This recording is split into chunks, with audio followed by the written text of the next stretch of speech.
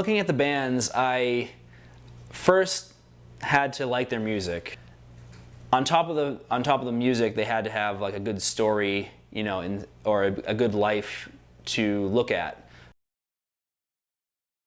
There are three completely different types of rock. You have the Muddy Reds that are like a southern rock band. You have Fight Friendly that's like a pop punk band, and Paul Nagy, who is kind of like a dark new wave type rock. The lead singer of Fight Friendly, Alex McCoy, was homeless. He didn't have a computer or anything like that. He just was doing everything off his phone. He was booking all his shows and everything from his iPhone.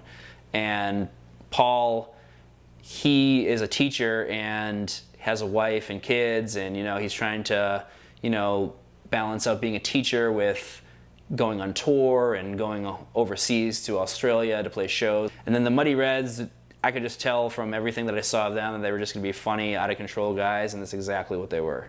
So that's why I picked them. It was my first documentary, and basically I was just going to follow them until something happened or something didn't happen. It was going to be a story of, you know, triumph or heartbreak, and fortunately I think we got both. Through all three bands, we got both heartbreak and a little bit of a, you know, underdog story going there. Fortunately for me, the bands kind of had the same schedule as I did, where they could only really do things on the weekends because they also had full-time jobs.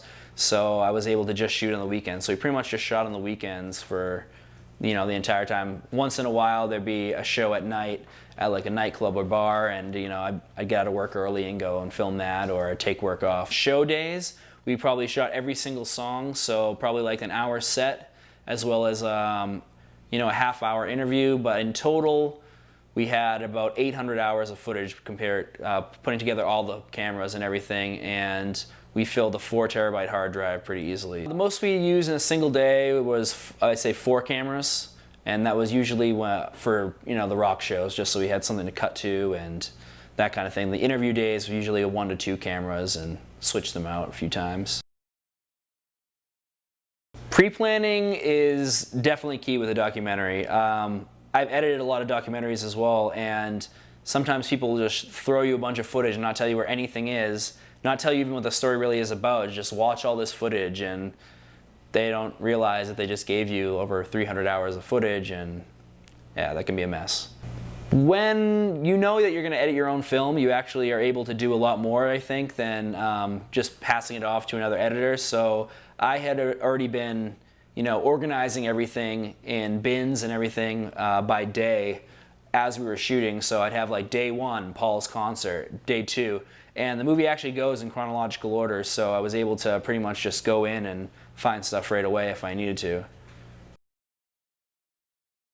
Funding was pretty much out of pocket, as well as I had a whole bunch of relatives donate money, and I used Indiegogo, where that's a crowdfunding website where basically people donate money to your film based on like a trailer or, you know, a pitch or something like that, and they donate money and then they get incentives. Like for instance, like if someone donated $20, they got like a DVD of the finished film and their name in the credits, and then, you know, as it went on and they donated more money, they would get more incentives.